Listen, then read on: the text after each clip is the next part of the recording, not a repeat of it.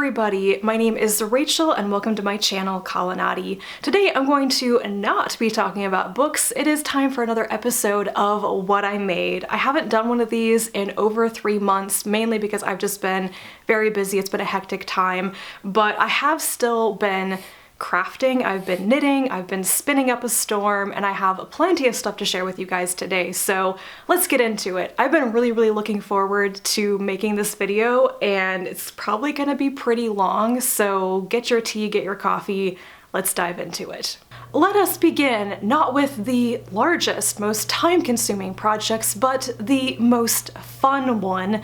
You may be able to see I'm holding something. I am cuddling a chicken right now. They are very cuddleable. Is that a word? That's not a word. Anyway, she's a bit difficult to see because she's very dark, but goth chicken. There's a bit of an explanation here, but let's just say in January, I had chickens on the brain already for reasons, and then I got sick, I had COVID, I had to stay home for 7 extremely boring days, and I rediscovered this pattern called Hen by Claire Garland. And since I'd already been thinking about chickens, and I was stuck at home and I could knit chickens from yarn I already had in stash, I just started knitting chickens. So Blondie is my prototype. This is my first run through of this pattern as I was figuring out. I have never made soft animals stuffed toys before, so I had no idea what the construction method was, or like how to install safety eyes, how to actually stuff something. It was unknown territory. So despite Blondie being my prototype, she came out very well. I'm pretty happy with the way that she turned out. And the colors that I used on her look pretty chickenish, I think. Then, because I was so excited, I had to make goth chicken because I realized I had all of this dark gray and black yarn in stash, and I had a bunch of fun colors of mohair lace. So let me see if I can actually hold her up here so you can see her. Yes. So Blondie is mostly some kind of rust colored and beigeish, I guess. So Blondie is mostly beige and tan yarn held double with some very fluffy mohair in some different colors. I was going pale with her because I wanted to use a bunch of this chunky weight Brooklyn tweed quarry yarn that I had from an old sweater project. So I used up a lot of leftovers making these chickens. But yeah, goth chicken, I feel like I did a really good job of capturing some of the like iridescent qualities of chicken feathers. There's rust color in here, some kind of purple burgundy, and even a dark forest green against the gray and the black. So they're supposed to have feet. There are instructions in the pattern for doing the chicken feet, but I don't have the supplies and I'd have to order them from England, and I just don't feel like messing with that. Also, I wanted them to be very like realistic feeling chickens to hold, and I felt like putting these wire feet on them would make them less soft and nice to hold. I may change my mind in the future. I plan on making more chickens. I have enough yarn in my chicken stash now to make at least 3 more, so there are plans. Blondie will stay at work. Yes, my coworkers have seen all the chickens and they do like them. I've got a little bit of a chicken shrine on my work desk, so Blondie's gonna live at work with me. Goth chicken is my favorite, but if my sister-in-law wants her, then goth chicken will be taking a trip across the country, mainly because my sister-in-law's painting of one of her chickens was perhaps the catalyst for this whole chain of events. So it's possible I will make another goth chicken for myself, and then I will probably make a nice classic brown chicken, and then I kind of want to make a like Wyandotte inspired chicken with a really striking contrast of the black and white feathers. But what will become of the chickens eventually, I don't know. I only have so much space on my work desk, but they are so fun, and people seem to think they're really cool. I'm having fun. That's what matters, right? now for the actual larger projects. The chickens have been my most recent fascination.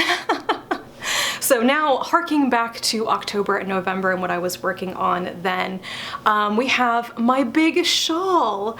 I think this was a work in progress in the last What I Made video, and so this is what it looks like now. I'm hoping that the texture actually shows through. There are these really big, Holey increased sections, and I love the shaping at the bottom of it. I love shawls that are more like half circles or really deep crescents. Triangular shawls are just so classic and so common, but I don't find that they're the most comfortable for me to wear. I like to put shawls on over my shoulders. I wrap them around my entire torso. So this shape is what I love. It is just this really deep, wide shawl, and I loved making it. So Suriously Holey is a pattern by Stephen West. This is the first time I've ever done a Stephen West pattern, and it was a lot of fun. He uses brioche in a lot of his designs, and you know me, I love brioche.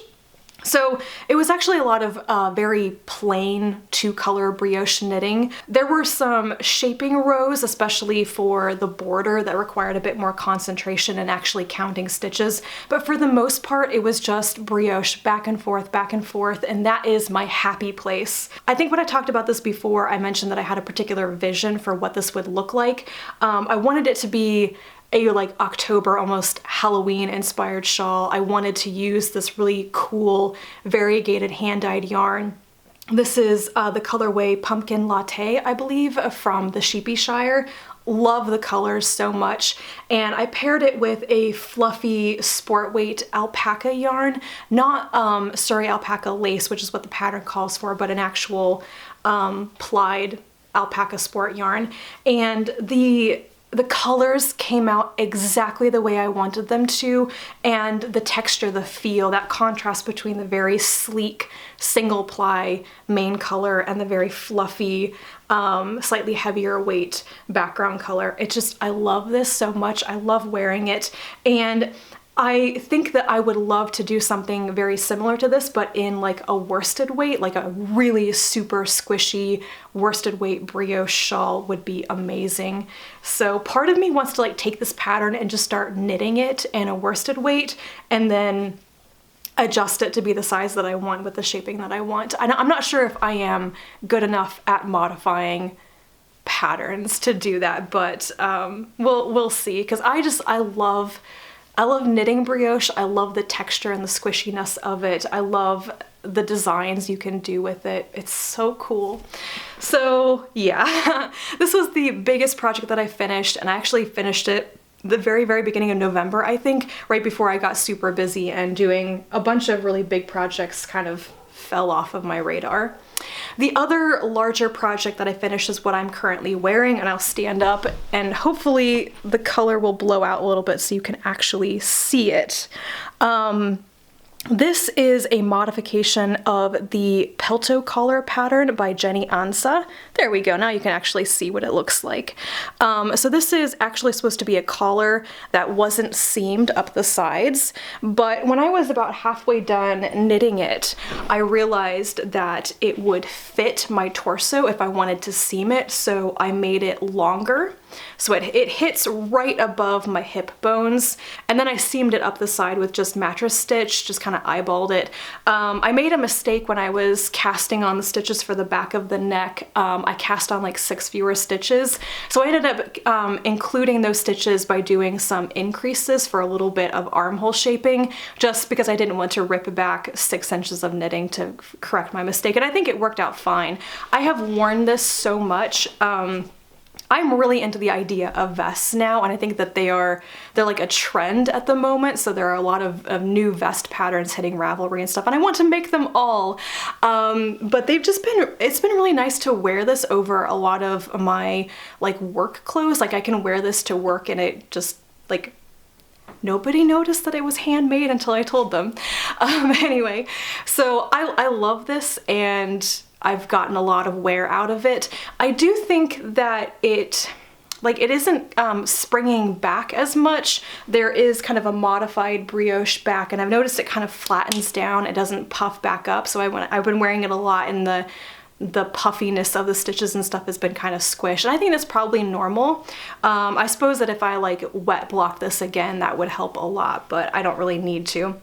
The yarn that I used for this is all Knitting for Olive, the fingering weight merino, and the mohair silk, and both of them are in the color Bordeaux, I believe, which when I ordered it, I thought it was going to be more reddish. In person, it's more purpley, like this purple red color. It's really pretty. It's very dark. I do love it quite a bit. So I've used Knitting for Olive on a couple of projects now, and I have an opinion about it. Like it's a very trendy yarn company at the moment, and I will absolutely use them a lot in the future for mohair silk.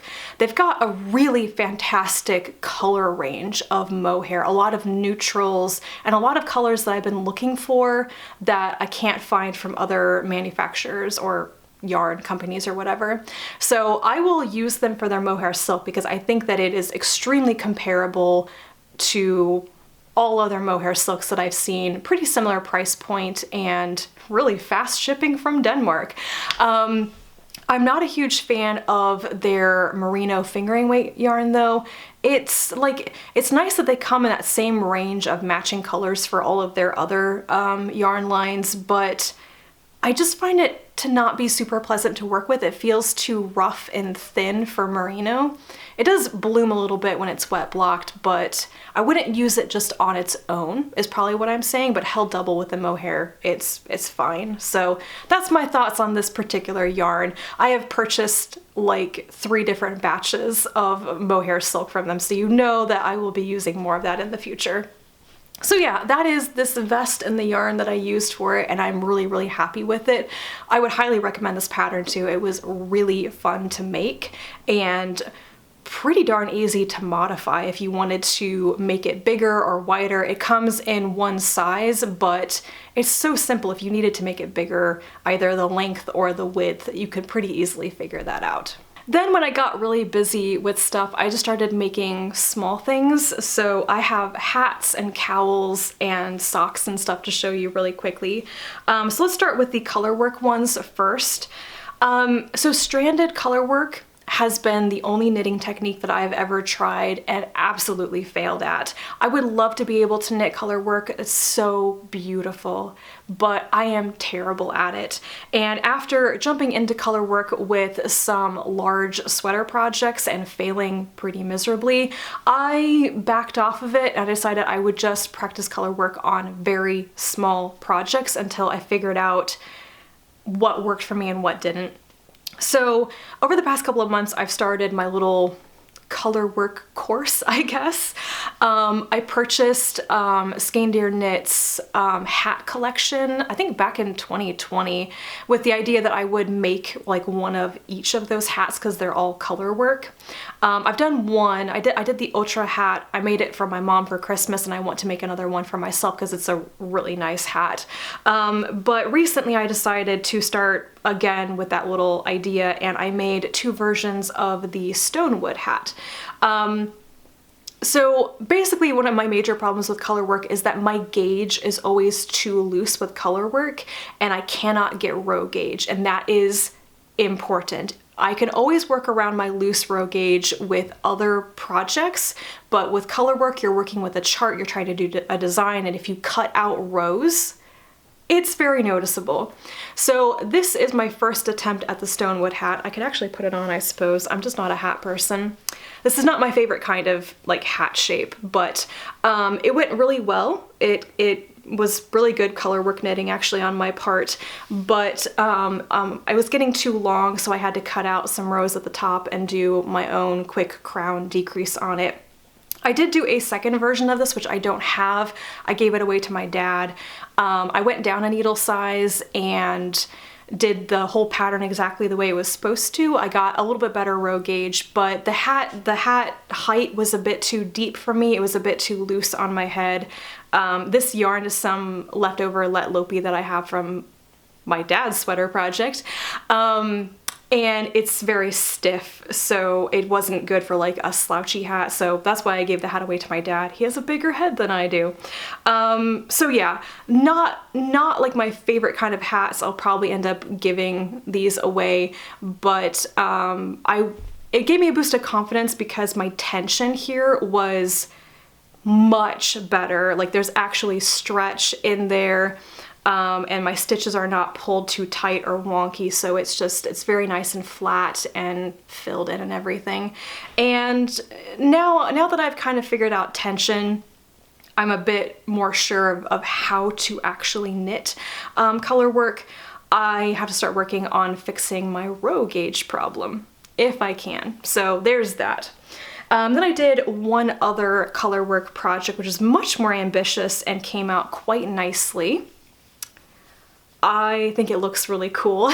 This is another project I did when I was sick and at home, and I knit this entire thing in about 2.5 days. Yes. So this is the Ava Cowl by shinysuperhero, and she's got a whole collection of garments and accessories that use the stitch pattern. If I show it up close, the purple flower here, it's called like a cornflower stitch. It's really interesting. So even though there are 3 colors in this, you're only ever knitting with 2 colors at a time, basically. And yeah, so I knit this with DK weight yarn that was actually salvaged from one of my old colorwork projects that I had to completely rip apart and frog. And once again, my colorwork and knitting and my tension came out pretty well. And it was another good confidence booster, and I just really enjoyed figuring out how to do this cornflower stitch.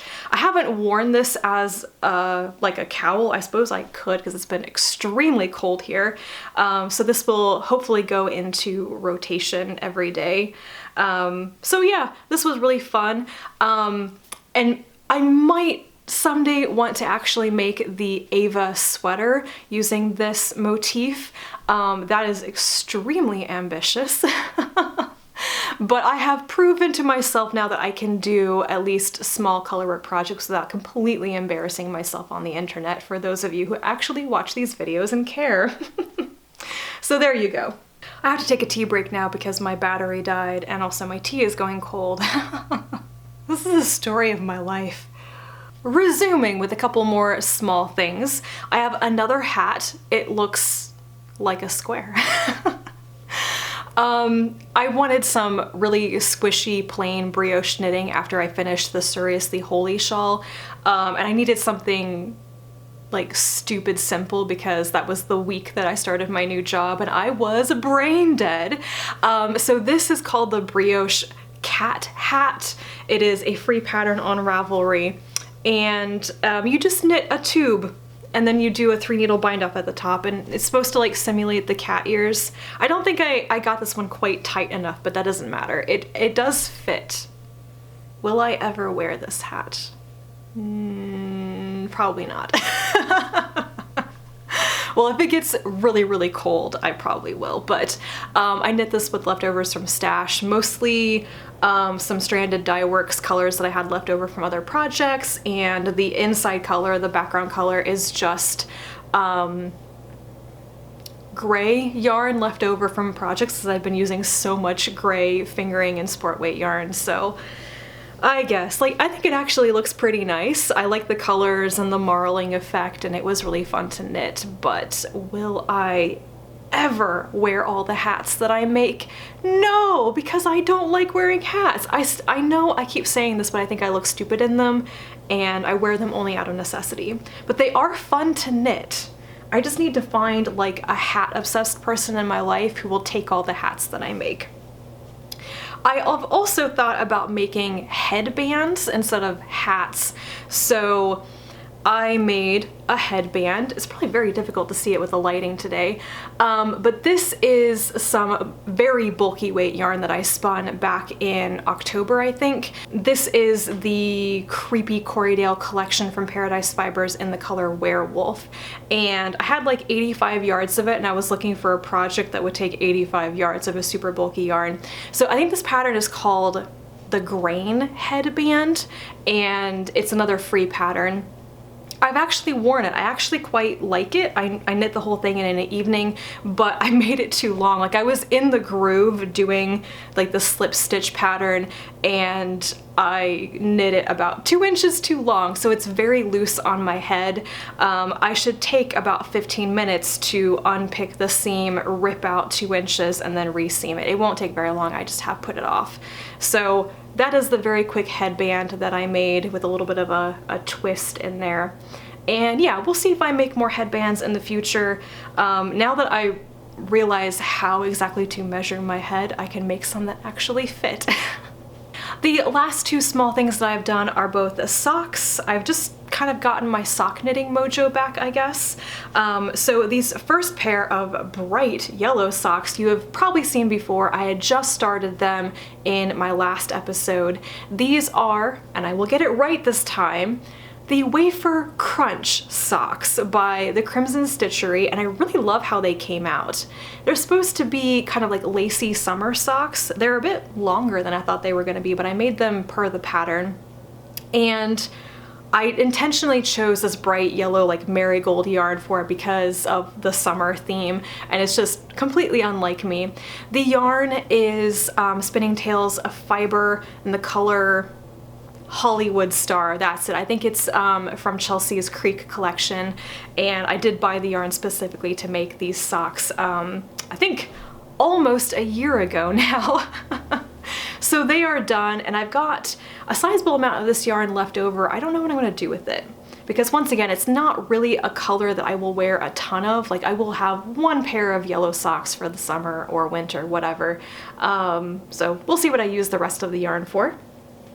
And then the socks that I had to take off of my feet a second ago to show them to you, because I finished them this morning and I've been wearing them. My first pair of stripy socks.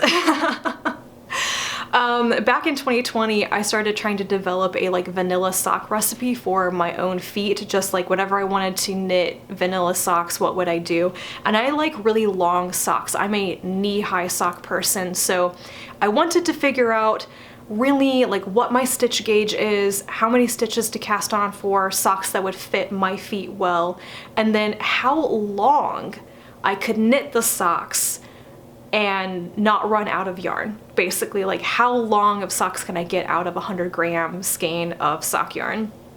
This is take 2 of that pattern, but they're not very long socks, you may notice, because I did everything per my notes, except I forgot to cast on more stitches to go on over my calf. And when you're doing knee-high socks, you have to be able to stretch the sock over the widest part of your calf. So these are 9 inches long, and I was hoping that they would be like 14 inches long, whatever. The yarn, I don't remember anything about the yarn. It's a random self-striping yarn that I got from a little yarn store that I discovered back in November. I think it's like a wool, angora, and nylon blend, and it was really fun doing this. I never knit with self-striping yarn before, and it's really, really fun. It's very potato chippy because you just want to knit 1 more stripe. I did not try to match the stripes, by the way. I don't love the idea of super matchy striped socks. I like them to be a little bit chaotic. And yeah, what did I do for this? I knit my socks on magic loop. I have 2 separate size 0 40-inch circulars, and I knit my socks at the same time on separate circulars. I do a good like 2 inches of ribbing. And then for this recipe that I'm developing for myself, I'm doing a Fish Lips Kiss heel because it is a short row heel that's really easy and fast to do a magic loop. I like the like heel flap and gusset heel method, but I find it a bit difficult to do that just on circulars. So this is faster, and it does fit my heel shape pretty well. The one thing I need to be careful about when I do take 3 is that I knit the length of the foot long enough. I'm used to having the gusset to knit, which does go down the foot, and then not having to knit quite as much to get to the toe shaping. And so I knit these maybe a couple of rows short.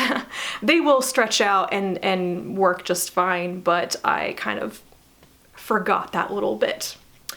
So those are all of my finished projects that I can remember. Now I want to do a quick run through of all of my works in progress. I did a big cleanup of all of my craft supplies. I have a storage cubby system in the back of my living room now where I keep everything. It was getting out of hand after the holidays, so I pulled everything out, I reorganized it, and I discovered that when I put my projects inside of project bags, inside of a storage bin, it completely disappears from my memory. So I've had these whips sitting around that I forgot about, even though they're pretty major projects, and I need to get them finished or decide if I'm just gonna abandon them or not, because I want to start new things, but I don't want to have tons and tons and tons of projects piling up. It's a bit overwhelming. So let's take a quick look at everything that I have on the needles or the crochet hook right now. This first whip, there's almost nothing to see. It's just about 1.5 inches of twisted rib on a big circular. This is the beginnings of the Wildflowers shawl. It's one of the patterns from 52 Weeks of Shawls, and I started it and then I stopped because I needed the needles for another project. I hope I made a note of what needle size I was using because they're not on here. I do still want to make this shawl. I just forgot I was making it. So this is one I'm definitely going to proceed with, and it's going to be my first ever attempt at steeking, because you knit the shawl in the round and then you steek it and then you turn some of those steek stitches into the fringe. And I think that would be an easier thing to attempt than like a cardigan. So that is that. I've got a crap ton of yarn here. This is Holst Garn Super Soft Held Double. It's very thin, but when you block it, it really transforms. So I want to get a move on with this. I think also maybe I put it aside because it's got a very complicated chart, and I just wasn't feeling in the mood for that because I was working on my Handsome Crisp pullover at the time, and I was really sick of reading charts.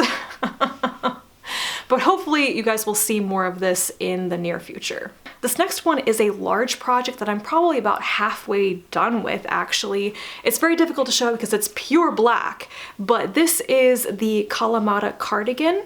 I really need a plain black cardigan with a nice shawl collar, and so this is the pattern that I picked. I'm almost done with the body. I am about to start the ribbing at the bottom, and then it's just the sleeves and the shawl collar to pick up. So I don't know, why has this one been sitting around for so long? I don't mind knitting with the black yarn. I know it can be very tedious and difficult to see what you're doing, but this is just stockinette, so it's not a problem. But I think it's that I'm actually not crazy about the yarn. This is acrylic, it's 100% acrylic, some random stuff that I got at Joann's, I think. It's this Big Twist Soft, and I don't know. I think that it's just a plain knitting project that I wasn't like super enthusiastic about. It's more of a practical knit than one that I'm super inspired to do. So it's something I need. I just haven't come back to it very much. And I think I also don't have enough yarn. I think that I need one more skein of yarn, and that's kind of been putting me off working on it because I just don't want to deal with the yarn situation, but it should get done. And like I said, I'm like halfway done with it, and I still need it, I still want it, so this will happen. And I really need to get it off of these needles because I'm pretty sure that these are the size 6 needles that I need. Oh shoot, yes. These are the size 6 needles that I probably need for the Wildflowers shawl. The next 2 whips are both crochet projects that are pretty big, but I'm gonna scale back on them a little bit. So I had started to make this really cool brioche crochet afghan. This is the Coral Story blanket, and I do love how this looks, and I was really having fun with this, and then I ran out of the main gray color, and I have this aversion to shopping at Hobby Lobby. I don't want to go back in that store, so I haven't gone back to buy more of the yarn. I have revised my plan for this afghan. I was going to make an entire like twin-sized blanket because I actually really need some new afghans for my bed, but I don't know if I want to make it out of this yarn. So what I'm going to do is make enough blocks for a lap afghan, which I do also really need. I need something that I can just keep on my armchair and put on my lap in the evenings, because all of my other blankets are like way too big. So I will finish this, but it's going to be a smaller lap blanket instead of a big bed blanket. And I will eventually go get more yarn for it, because it will be pretty quick to make this. I can make one of the blocks in about a day or an evening. So if I only need like 16 to 20 of them or less, it should go pretty quickly. This next crochet project is one that I am extremely frustrated with, and I'm not sure why. I just feel like it's not working out well. Like I won't like the end product, and that has stopped me from finishing it because I'm just kind of pre-disappointed in it for no good reason. And that is a vest. This is the Kishie vest from the first issue of More It magazine. It's got this really cool texture. It's got this basket weave stitch and then some very dramatic ribbing at the bottom. And I think it looks really cool. I just love the photographs of the designer's version in the magazine. But the whole time I've been making this, I have felt like it's going to be extremely long and that the ribbing at the bottom is a bit too stiff. I'm not using the Patterns yarn. I'm using, this is more knitting for olive yarn, the merino held double with the mohair silk lace.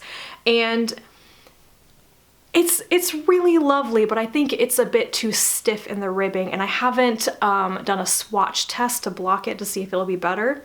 So what I'm saying is that I am this close to being done with this vest, and I am scared that it will not be right, but I have not blocked anything to know if the fabric will end up being what I like. So I'm worrying about it for no good reason. So I am almost done with the front. It looks rather strange because I haven't done the ribbing at the bottom here. But yeah, I just have to do the front ribbing, which should be pretty quick. It's not as thick or long as the back ribbing. And then I have to seam it and then do a little bit of ribbing around the V-neck and the armholes. So that's it. It's one that I could finish in a week if I really wanted to, and I should. I think another thing that has really frustrated me about this particular project is that I have learned how very difficult it is to crochet with mohair. I've had no issues knitting with mohair. It does stick to itself, but you can rip it back without much problem with your knitting. But crochet is almost impossible to frog with this kind of yarn. And so when I became disappointed with this and I thought maybe I should just rethink the whole thing, I realized I could not frog this. It would be impossible to deconstruct this. If I want to rip back a single row, I almost have to break the yarn after ripping out 10 stitches. I think it's because of the nature of crochet stitches. It twists the yarn around itself way more, and it just grips on so much more with this really intense mohair halo. So even if I wanted to abandon this project, I would probably have to throw it away. There's no way I could recover the yarn from this, and that's super disappointing. So I don't know. I've probably just been overthinking this whole thing. I should finish it and then move on with my life, and if I like it, I like it, and if I don't like it, I don't like it, and I've learned a lesson. So there you go. I have one last whip, and it is one that has actually been flying off of my needles. This has been my most fun project recently. It is an almost completed sweater. You can see I have one sleeve left to finish. I was going to try to finish it last night, but I still needed to block this whole thing, so it really wasn't worth doing all that before I filmed. So this is the DRK Everyday Sweater pattern by Andrea Mowry. I think it's a really lovely plain sweater. It's got like a circular yoke shaping rather than being a raglan style sweater, which I quite like. And when I saw this pattern and I saw that a tester had done a hand spun version, I knew that I had to try doing my first sweater spin and then knitting with it. So that is what I did. You may notice that this yarn looks very similar to that headband that I showed you. That's because it's the exact same fiber. So this is my hand spun yarn. It looks like this. And it is done with the Paradise Fibers Creepy Corriedale werewolf color. I got 16 ounces of it and I spun it up into probably about 1,300 yards of a 2-ply sport weight yarn. I did all of that over about 3 weeks during the holidays. It was really fun. We will not get into my near disaster with partially felting the yarn. Let's just say that it is usable, but it's a very fuzzy yarn, so even though I've been spinning worsted style and it was going to be very sleek, basically a sleek worsted spun yarn, my accidental partial felting mishap means that it's very fuzzy and sticky, like it sticks to itself a lot. So it's not the way that I thought the yarn would look, but it is the color that I wanted and it is perfectly usable. So yeah, I've really been enjoying doing this, and you learn so much from actually using your hand spun. I mean, you spin it inch by inch and then you get to inspect it inch by inch when you actually knit with it. So that's been very interesting and very educational. I don't know how well the sweater will turn out. I've been trying it on and it fits pretty well, but it's got some really weird bubbling right below the bust line, and I'm not sure if that's going to block out or not. I suspect that I need to cast on fewer stitches in the underarm, like there's too much fabric left over after splitting for the sleeves, but I won't really know until it's done and blocked and I put it on again. So it will be very wearable. I cannot wait to wear this, but it may not be my most classy sweater, let's say. I will totally use this pattern again though. I think it would be really nice to do a second sweater spin and do another one and just see right away how much I have improved. So that is kind of in the back of my mind for a future project. So yeah, hopefully I will finish this sweater this weekend, in fact, and be able to wear it for a little bit in February. And that is a nice segue into the spinning. So I took a spinning class at the beginning of October. I became obsessed with it. I got an electric spinner to practice on in October, and I used that for a couple of weeks. And then right before Thanksgiving at the end of November, I treated myself to an actual spinning wheel. It was partially born out of disappointment. I was going to take a trip to Washington, D.C. in December for Worldcon, but I switched jobs and I lost all my vacation time. So instead of taking a trip, I got my vacation time payout from my old job and I used that to buy a spinning wheel.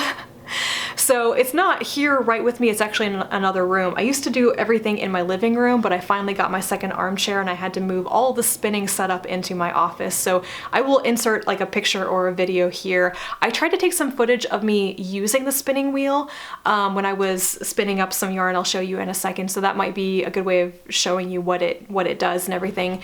But it is a Kromsky Sonata and it is like a castle style wheel. When people think of a spinning wheel, they tend to think of the traditional fairy tale like model, which is called a Saxony wheel. And the castle wheel is more compact. It's got the wheel kind of like in the middle rather than off on the side. And I really like this. I think they look nice, but also they don't take up as much floor space. And the one I have can actually be folded down and put away in a carrying case, so you can even travel with it. So I really like that. It's not too big and bulky, but it's still like using a spinning wheel. So I've had a lot of fun with this. There were some ups and downs in actually getting the wheel, because I got the wheel and then there was something wrong with it, and I ended up having to send it back and get a replacement from the manufacturer. Kromsky has been incredibly nice about the whole thing, so it was really kind of frustrating to have finally gotten the spinning wheel, and then I frankly couldn't use it, and then I had to wait for the replacement, but it was worth it. I've now used the wheel quite a bit, and I really enjoy it, though I do also really like my electric spinner. So let me show you the yarn that I've made over the past couple of months. I think I did both of these merino silk yarns in November. I did these both on my electric spinner, and they came out okay, let's say that.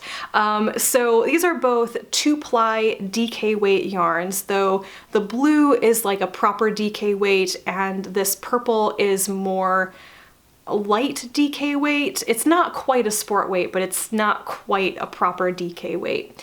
So I did the blue first. This color is called Mother Earth. It's a merino and mulberry silk blend from, I bought this from an Etsy store called BZB Fibers. She has a whole bunch of merino silk blends in some really lovely colors. So Mother Earth is this kind of like aqua blue, heathered color basically. So I was having a lot of difficulty when I started spinning with this because I'd never done a merino silk blend before, and it is slippery, and the merino is a very short staple length fiber and the mulberry silk is a very long staple length fiber. So I struggled with this a lot. And then when I actually plied it and all of my unevenness in the singles kind of, it evened out, I was so happy that I immediately started on the purple one. So this one I also got from BZB Fibers. It's called Berry Crumble. It's more heathered than the other one, and this one was so much more easy for me to do. I think this is actually merino and tussa silk, so it's a slightly different kind of silk. So I was spinning it more finely because I had more control at this point. The only thing that went wrong with this is that I plied it a little bit too loosely. I'm not really sure why that happened. So it's quite nice, but it is not going to be a hard wearing yarn for sure. Both of these being very drapey wool silk blends and being that nice soft 2-ply are probably really good for a shawl rather than something that's going to get a lot of wear. So I actually have a plan to use these two colors together in a new pattern from the Crimson Stitchery.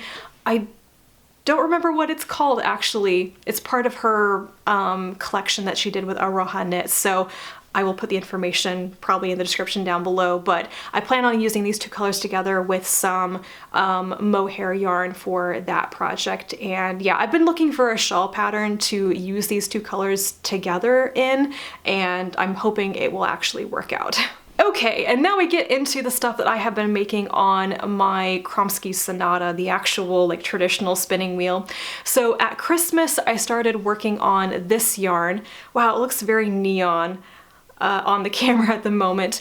So this is more of Paradise Fibers Creepy Corriedale collection. It is Purple People Eater, and I thought it was gonna be very purple, but it's actually a very blue purple. I like it better now that it's spun up. It's not exactly my kind of purple though, but this is 8 ounces and it is a 3-ply worsted weight yarn and probably the best spin I have ever done. Like, I had so much fun doing this. My singles were pretty even and my plying was a lot better. I've been hesitant about getting too much twist into my plying because I thought that it was making my yarn ropey, but it actually wasn't. So I got more twist in it. It's a bit sturdier and just a nice worsted spun yarn. I'm not sure what I'm going to do with this. I actually have a 3-ply worsted gray yarn that I spun back in October that I could pair this with. I think they go very well together, so it may also end up being like a 2-color shawl project in the future. If I can find a third color that goes with both this purple and the gray, I might end up doing one of Andrea Mowry's shift patterns which use like 3 colors and stuff. So yeah, I think this is really lovely. Also, the entire time that I was spinning this, I was convinced that I'd bought 4 ounces of fiber when I was actually spinning 8 ounces. I was like, why is this taking so long? Why is this not fitting on my 8-ounce bobbin? Because I didn't read the label of the thing that I bought. Then my latest spin, which is probably about a month ago, is this multicolored skein of yarn. This is Frabjous Fibers Organic Polworth in the color Cathedral. I got this because I wanted some fiber that would spin up as like color changing yarn, and when I plied it, it would be kind of like barber pulled. Because I've been working with solid color fiber before. This was frustrating. The fiber braid was very compacted, and I did not understand that at first. So I just tried to start spinning it and it would not draft. I was getting lumps and bumps and it was really upsetting. And then I realized that I needed to stop and I needed to heavily prep the fiber. I needed to attenuate it and strip it down, and just so yeah. After I did all of that, it went a lot better, but for quite a while I struggled with it. But once again, when I started plying it and I just saw how the colors matched up and stuff, it was really fun. And once again, I think that it shows I've been getting better at plying, because while I may have struggled with the singles, I got a really good twist into this yarn, and it doesn't seem like it's gonna fall apart. Like, you can look at some of this and just think, that looks like some nice even bumps per inch there. I don't even know how to measure bumps per inch. I don't think I want to know at this point.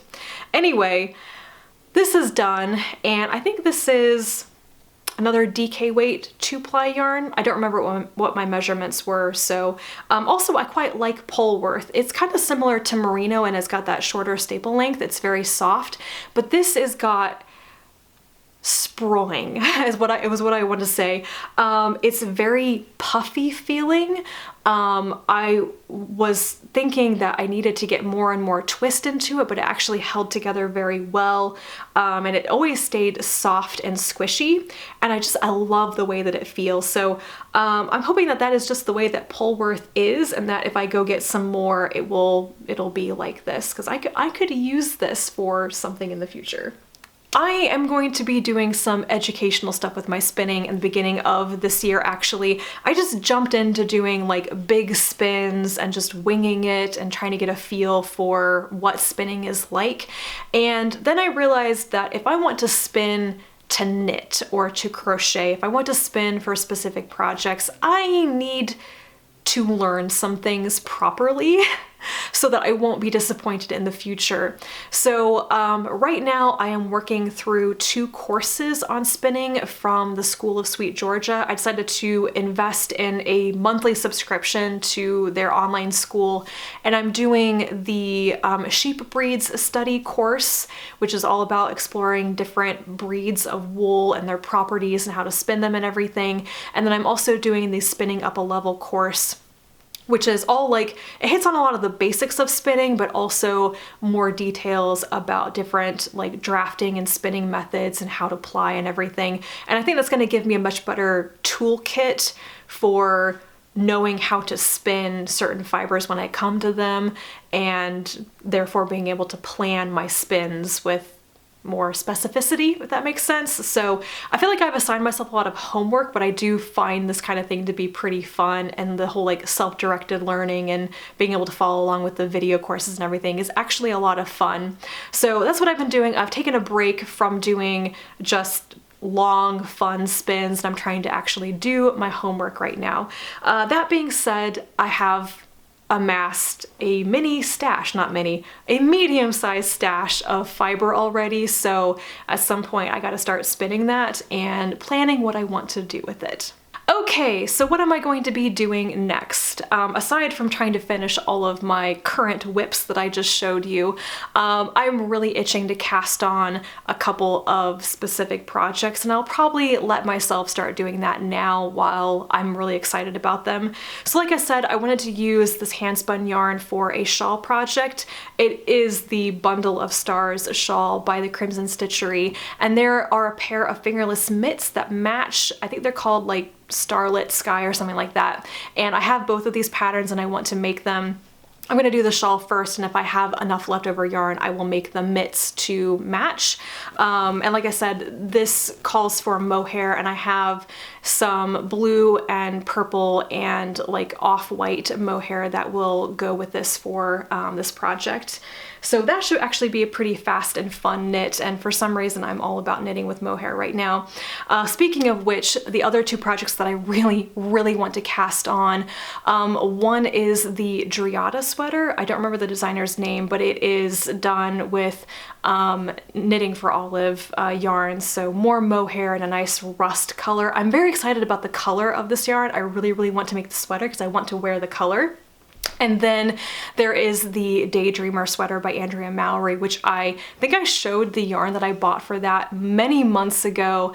I haven't even swatched for it, but every time I pull out the yarn, I'm like, this is the really beautiful red yarn that I want to make a sweater out of, because I don't currently have any like really nice red sweaters. So I need to get on that because it's my favorite color.